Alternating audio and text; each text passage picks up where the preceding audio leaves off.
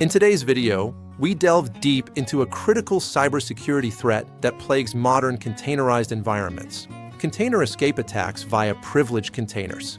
A privileged container is one granted extensive capabilities by the Docker or Kubernetes runtime, essentially operating with full root-level access to the host system far beyond standard isolation.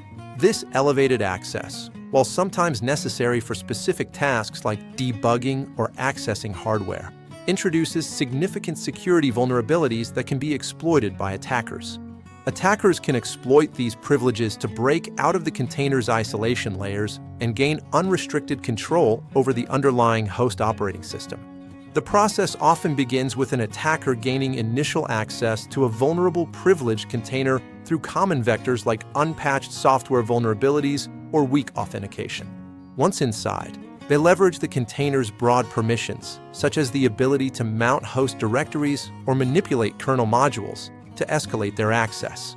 This allows them to bypass the container's intended boundaries, effectively escaping the sandbox and reaching the host kernel.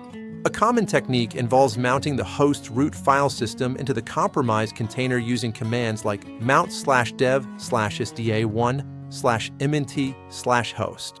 With the host file system now accessible inside the container, the attacker can modify critical system files like /etc/password, install malicious software such as rootkits, or create new privileged users. Another method involves exploiting specific kernel capabilities granted to privileged containers, such as the powerful cip_sys_admin Linux capability.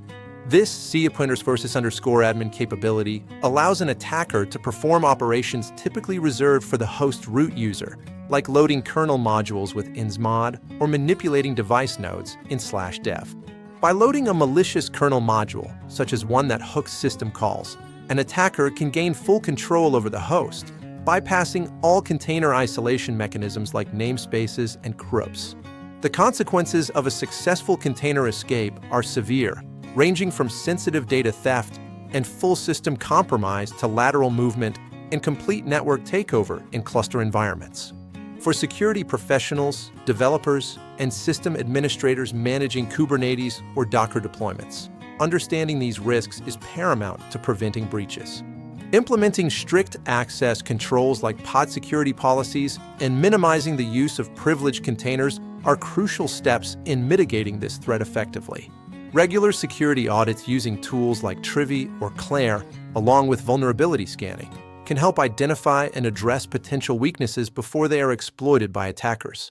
The threat of container escape is a stark reminder that even seemingly isolated environments in Docker or Kubernetes can pose significant risks if not properly secured with least privilege principles. Stay vigilant, secure your containers by avoiding privileges, and protect your host systems from these sophisticated attacks that target container runtimes.